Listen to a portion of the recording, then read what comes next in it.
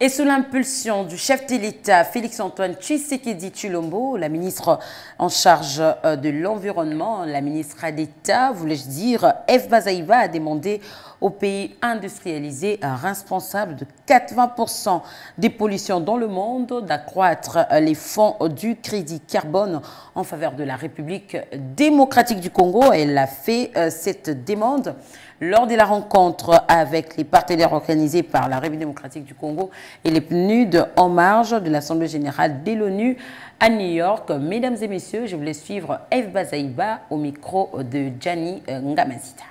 Nous sommes organisés, vous avez entendu la déclinaison des actions par rapport à la lutte contre le réchauffement climatique telle que l'a présenté le chef de l'État, le président de la République démocratique du Congo, mais je voudrais aussi souligner qu'il y a eu une modification du cadre légal et institutionnel qui va accueillir donc le marché des crédits carbone.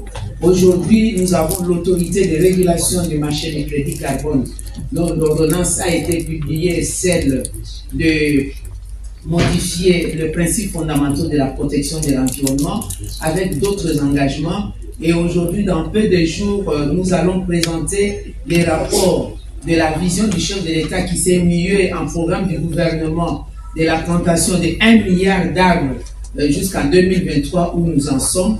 Tout ça, ça fait partie des activités pour montrer combien la République est préoccupée par la problématique du climat. Notre préoccupation, c'est par rapport au potentiel.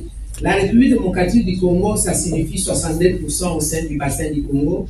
Le bassin du Congo qui a un couvert forestier de 268 millions de kilomètres d'hectares plutôt de forêts tropicales humides, et nous en sommes à 155 000 kilomètres carrés, donc 62%.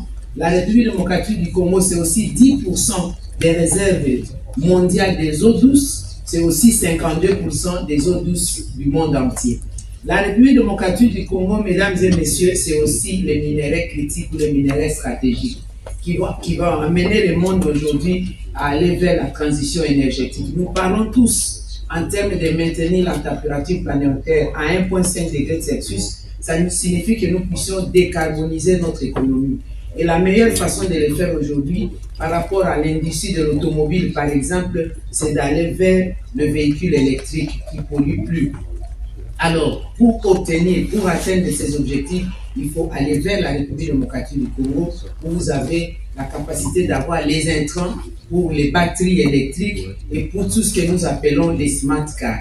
C'est pourquoi, au nom du président de la République démocratique du Congo et du gouvernement congolais, vous nous avez entendu dire désormais, dorénavant, tout ce qu'il y a comme ressources naturelles de la République démocratique du Congo vont être non seulement exploitées, mais transformées aussi localement pour nous permettre d'accéder facilement à cette transition énergétique pour que nous ne soyons pas en dehors. Et c'est l'occasion pour nous de rappeler à tous les engagements, de mettre la main dans la poche des pays industrialisés qui sont responsables de 80% des pollutions dans le monde.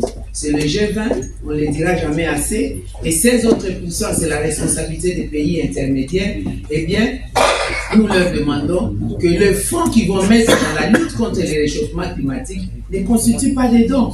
Nous sommes en train de quitter progressivement de l'aide humanitaire aux dons vers un partenariat gagnant-gagnant. Ce n'est pas moi qui l'ai dit, c'est le monde entier qui l'a accepté dans les ODD, les SDG, les objectifs de développement durable, et les 17e objectif parle donc de la coopération pour des relations gagnantes-gagnantes dans la lutte contre le réchauffement climatique. Sachez aussi que la